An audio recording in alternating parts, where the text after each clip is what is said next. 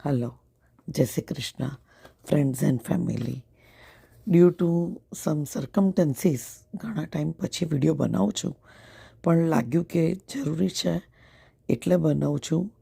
આ 29th માર્ચથી કેતુ મઘા નક્ષત્રમાં જાય છે, તો એ 5th ડિસેમ્બર સુધી મઘા નક્ષત્રમાં રહેશે. એટલે એની ઘણી બધી અસરો થશે. તો મને લાગ્યું કે મારે તમારા લોકોની સાથે આ વાત શેર કરવી જોઈએ, એટલે કરું છું.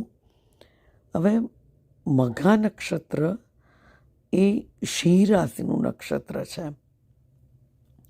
એ સિંહ રાશિમાં આવે છે.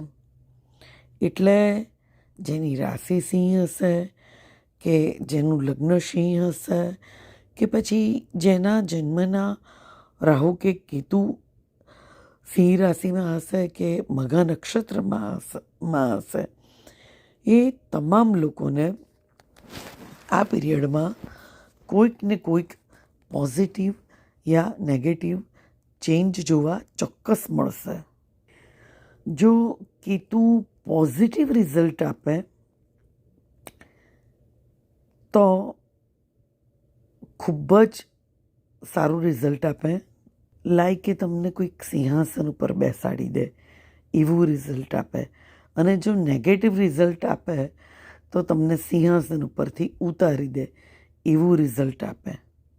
સિંહ રાશિ, સિંહ એટલે જંગલનો રાજા, અને એમ પણ સિંહ રાશિ સૂર્યની સ્વગૃહી રાશિ છે, જે સરકારને રિપ્રેઝન્ટ કરે. જે સૂર્ય એ આપણા આત્માનો કારક છે.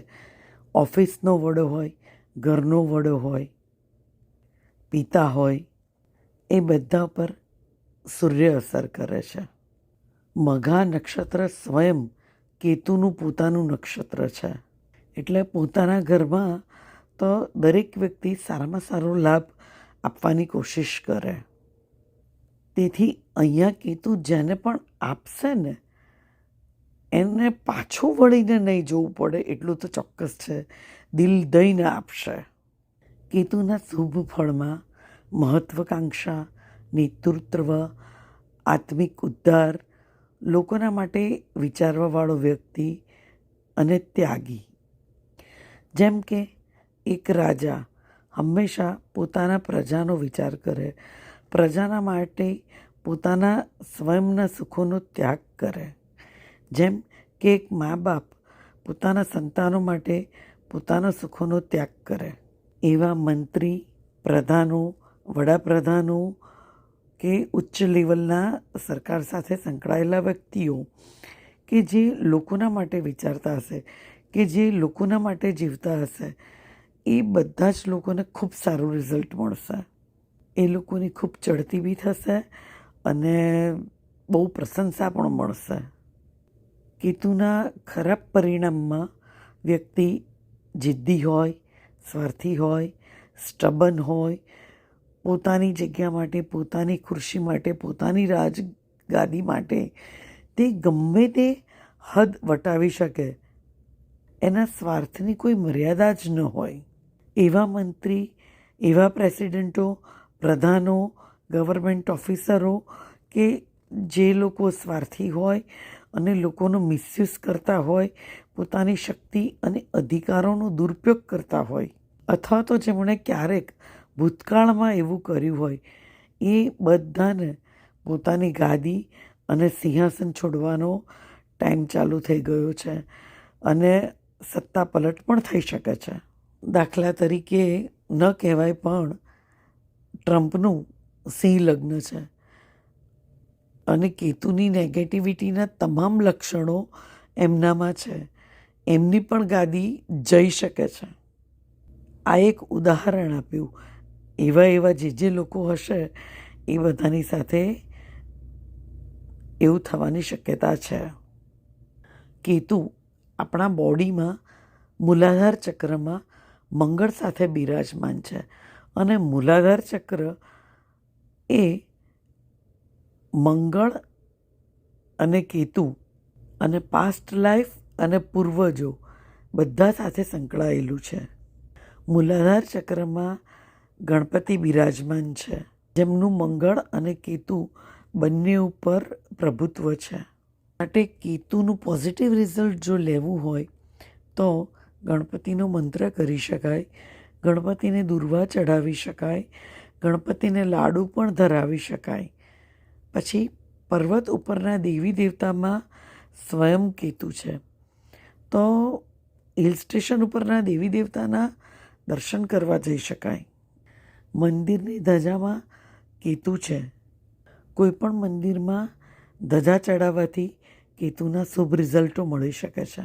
આપણે હંમેશા કહીએ છીએ કે ધર્મની ધજા ફરકાવી. બીજો ઉપાય છે પોતાના પૂર્વજો અને પિતાના નામથી ગરીબ બ્રાહ્મણને ભોજન કરાવવું જોઈએ. એનાથી પણ કેતુનું ખૂબ સારું રિઝલ્ટ મળે છે. પિતા અને પૂર્વજો એ પણ પૂર્વજન્મ સાથે સંકળાયેલા છે. પિતા પોતે સૂર્યના કારક છે અને પિતા અને પૂર્વજોના નામથી દાન કરવાથી પિતૃદોષમાં ખૂબ જ રાહત મળે છે અને પૂર્વજોના અને પિતાના આત્માને બળ મળે છે, જેના દ્વારા તેઓ તમને પ્રોટેક્ટ કરે છે. 1979 અને 80માં શનિ અને રાહુ સિંહ રાશિમાં છે અને કેતુ કુંભ રાશિમાં છે, તો એ લોકોના માટે પણ આ સમય કોઈક ને કોઈક પરિવર્તન લાવનારો થઈ શકે છે. અને 69 અને 70માં પણ રાહુ કુંભ રાશિમાં અને કેતુ સિંહ રાશિમાં છે, તો એ લોકોના જીવનમાં પણ ઘણો ફેરફાર થઈ શકે છે. જો આ માહિતી સારી લાગી હોય અને ઉપયોગી લાગી હોય તો તમારા ફ્રેન્ડ્સ અને ફેમિલીને ફોરવર્ડ કરજો અને એક લાઈક કરજો, તો મને મહેનત કરવાનું મન થાય, મને ખુશી પણ થાય. થેન્ક્સ તમને બધાને જે લોકો સાંભળો છો, અને થેન્ક્સ યુનિવર્સને કે જેની પ્રેરણાથી આજે મેં આ વિડીયો બનાવ્યો. અને કેતુદેવને પ્રાર્થના કે બધાને પોઝિટિવ રિઝલ્ટ મળે. જય શ્રી કૃષ્ણ.